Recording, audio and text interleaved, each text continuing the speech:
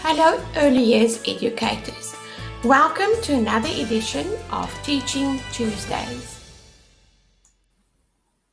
Today, I want to talk about something we often walk past in a classroom without giving it much thought. Block play is the most underrated foundation for maths in the early years, in my opinion. Children build mathematical understanding long before they write numbers or do formal counting. The place where this understanding grows is right here on the floor in the block play area. When children build towers, bridges, enclosures, houses, or patterns, they are not just playing. They are experimenting, they are testing ideas, they're comparing, measuring, problem solving, joyfully playing without even realizing they're learning mathematical concepts. Geometry begins on the floor and not in a workbook. The National Association for the Education of Young Children states that young children construct geometric and spatial understanding through active hands-on exploration. Froebel, the father of kindergarten, called blocks gifts because he believed they revealed the deep mathematical structure of the world. During block play, children constantly ask themselves, which block will fit here? What if I turn it this way? These are the same skills that engineers and architects use. In a recent study, it was found that children's ability to mentally manipulate shapes and structures is one of the strongest predictors of later mathematical achievement. Children learn to measure during block play every time that they compare length, check height, fill spaces, or estimate how many blocks they will need to complete their project.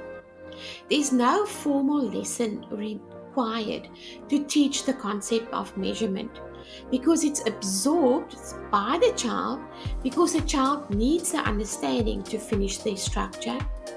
Children learn measurement best when concepts arise naturally from tasks. Let's talk about counting. Block play is one of the best ways to build maths cognition through action. Rote counting has its place, but counting during block play is meaningful. Children learn one-to-one correspondence, the order of numbers, that the last number is the total or the sum, and simple addition and subtraction through block play. Maths becomes real because it's connected to a purpose.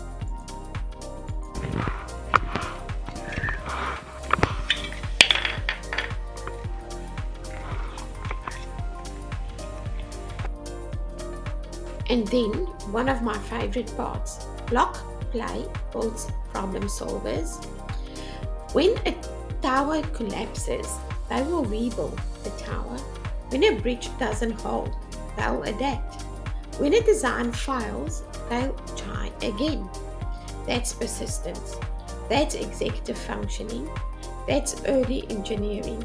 And all of this is wrapped inside of block play. According to Dr.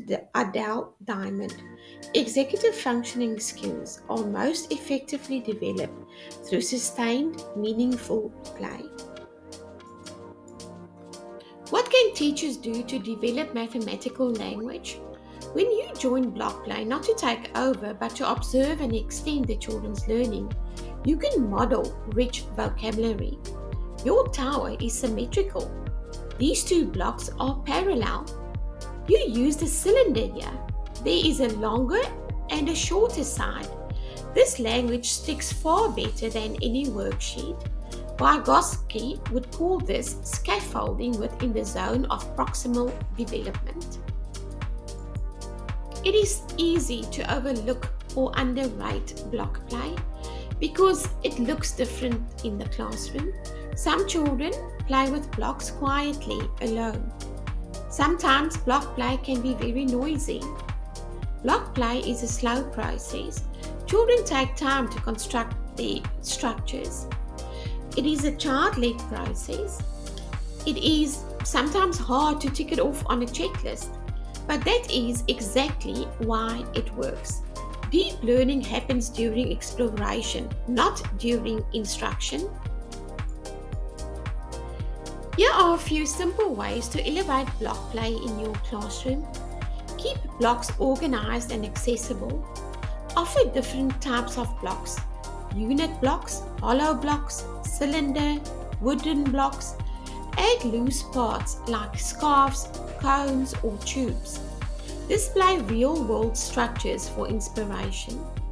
Give long, uninterrupted playtime in the block play area. And most importantly, stay close, observe, and extend children's learning. But remember that the child must take the lead. Lillian Katz reminded us that the role of the teacher is not to deliver knowledge, but to create conditions in which learning can flourish.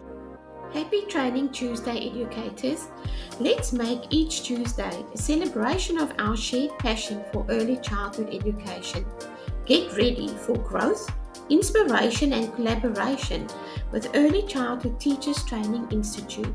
We educate to elevate.